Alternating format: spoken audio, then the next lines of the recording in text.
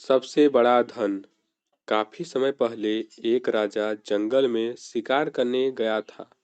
बरसात का मौसम होने के कारण यह अंदाज लगाना बहुत मुश्किल हो गया था कि कब अचानक बारिश होने लगेगी। और हुआ भी यही। अचानक आकाश में बादल छा गए और बारिश होने लगा। सूरज डूब गया और धीरे धीरे अंधेरा छाने लगा। अंधेरे में राजा अपने महल का रास्ता भूल गया और अपने सिपाहियों से अलग हो गया। भूख, प्यास और थकावट से राजा काफी परेशान हो रहा था। कुछ ही देर बाद राजा को सामने तीन बच्चे खेलते हुए नजर आए। तीनों बच्चे काफी अच्छे दोस्त लग रहे थे। उन्हें देखकर राजा ने उन्हें अपने पास बुलाया। राजा ने कहा, सुनो बच्चों, जरा यहाँ आओ। यह सुनकर बच्चे उनके पास आए। राजा ने बच्चों से पूछा, क्या तुम कहीं से थोड़ा भोजन और जल ला सकते हो? मैं बहुत भूखा हूँ और प्यास भी लग रही है। बच्चों ने कहा, जी जरूर, हम अभी घर जाकर आपके लिए कुछ ले आते हैं।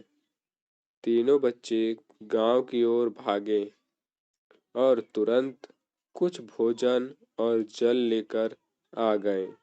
राजा बच्चों के उत्साह और प्रेम को देखकर बहुत प्रसन्न हुआ। तो राजा ने बच्चों से पूछा, प्यारे बच्चों, तुम लोग जीवन में क्या करना चाहते हो?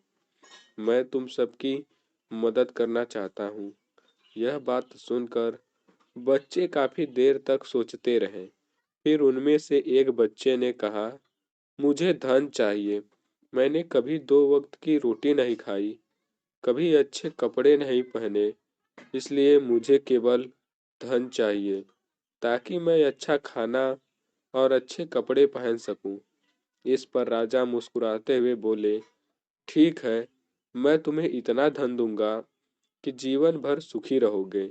यह सब सुनकर बच्चे की खुशी का ठिकाना नहीं रहा। दूसरे बच्चे की बारी थी, तो राजा ने उससे भी पूछा, तुम्हें क्या चाहिए?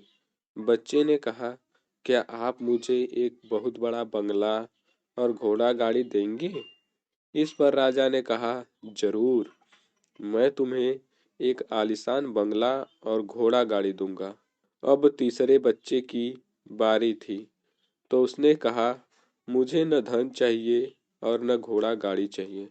मुझे आप ऐसा आशीर्वाद दीजिए जिससे मैं पढ़ लिख कर विद्वान बन सकूं और शिक्षा समाप्त होने पर मैं अपनी देश का सेवा कर सकूं। तीसरे बच्चे की इच्छा सुनकर राजा उससे काफी प्रभावित हुए। राजा ने उस बच्चे के लिए उत्तम शिक्षा का प्रबंध किया। वह बच्चा बहुत ही मेहनती था, इसलिए दिन रात एक करके वह पढ़ाई करता था और एक दिन बहुत बड़ा विद्वान बन गया। और समय आने पर राजा ने उसे अपने राज्य में मंत्री पद पर नियुक्त कर दिया। एक दिन राजा को अचानक बरसों पहले घटी उस घटना की याद आ गई। उन्होंने मंत्री से कहा, कई सालों पहले तुम्हारे साथ जो दो बच्चे थे, अब उनका क्या हाल चाल है? मैं चाहता हूँ कि मैं एक बार फिर तुम तीनों से मिलूं, इसलिए तुम कल तुम्हारे दोनों मित्रों को भोजन पर आमंत्रित करना। मंत्री ने अपने दोनों मित्रों को संदेश भिजवा दिया और अगले दिन सभी एक साथ राजा के सामने उपस्थित हुए। राजा ने कहा, आज तुम तीनों को फिर से एक साथ देखकर मैं बहुत खुश हूँ। राजा ने मंत्री के कंधे पर हाथ रखकर कहा, इनके बारे में तो मैं जानता हूँ, पर तुम दोनों अपने बारे में बताओ। जिस बच्चे ने धन मांगा था वह बहुत दुखी होते हुए बोला, राजा साहब, मैंने उस दिन आपसे धन मांगकर बड़ी गलती की। इतना सारा धन पाकर मैं आलसी बन गया और बहुत सारा धन बेकार चीजों में खर्च कर दिया।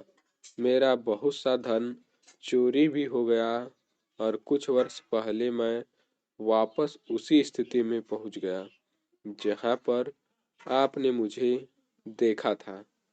अब बंगला, गाड़ी मांगने वाला बच्चा भी रोते हुए बोला, महाराज, मैं बड़े ठाठ से अपने बंगले में रह रहा था, पर वर्षों पहले आई बाढ़ ने मेरा सब कुछ बर्बाद हो गया और मैं भी अपने पहले जैसे स्थिति में ही पहुंच गया। सबकी बातें सुनने के बाद राजा बोले, इस बात को अच्छी तरह से गांठ बांध लो।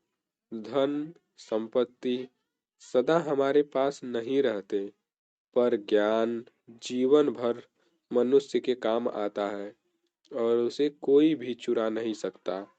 शिक्षा ही मनुष्य को विद्वान और बड़ा आदमी बनाता है। इसलिए सबसे बड़ा धन ज्ञान है, विद्या है। पहले इसे हासिल करो, उसके बाद धन अपने आप आ जाएगा।